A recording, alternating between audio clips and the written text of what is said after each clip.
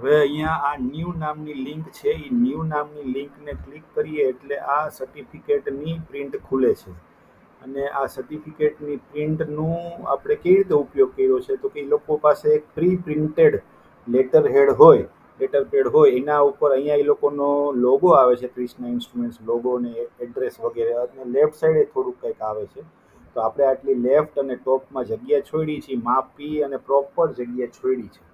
બરાબર. હવે આપણે અહીંયા વધારાનું શું કરવું છે, ન્યૂની બાજુમાં એક વધારાની લિંક આપવી છે વિથ લેટર પેડ. તો એ ખોલવામાં આવે તો અહીંયા એ લેટર પેડની ઇમેજ અહીંયા ઉપર જોઈએ છે. બરાબર. અત્યારે એક ઉપરની જ વાત કરીએ તો એમાં આ જે બોર્ડરિંગ છે, આ બોર્ડર જે છે એ હલવું ન જોઈએ. બરાબર. એવી રીતે ઇમેજનું સાઇઝિંગ કરવાનું છે, ઇમેજને એવી રીતે ઉપયોગ કરવાની છે કે ઇમેજ આ જ સાઇઝમાં ફિટ બેસે.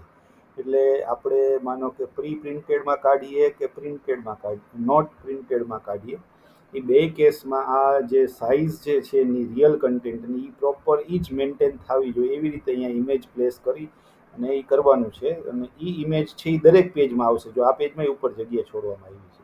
હવે આ બગ છે એ ખરેખર છે કે નહીં એટલે અલગ ટાસ્ક તરીકે ગણશું. અત્યારે આપણે આ ટાસ્કમાં એવું સમજવાનું છે કે આ ઇમેજ છે એ આપણે અહીંયા પ્લેસ કરવાની છે, ને એ જે તે વસ્તુ દરેક પેજમાં આવશે.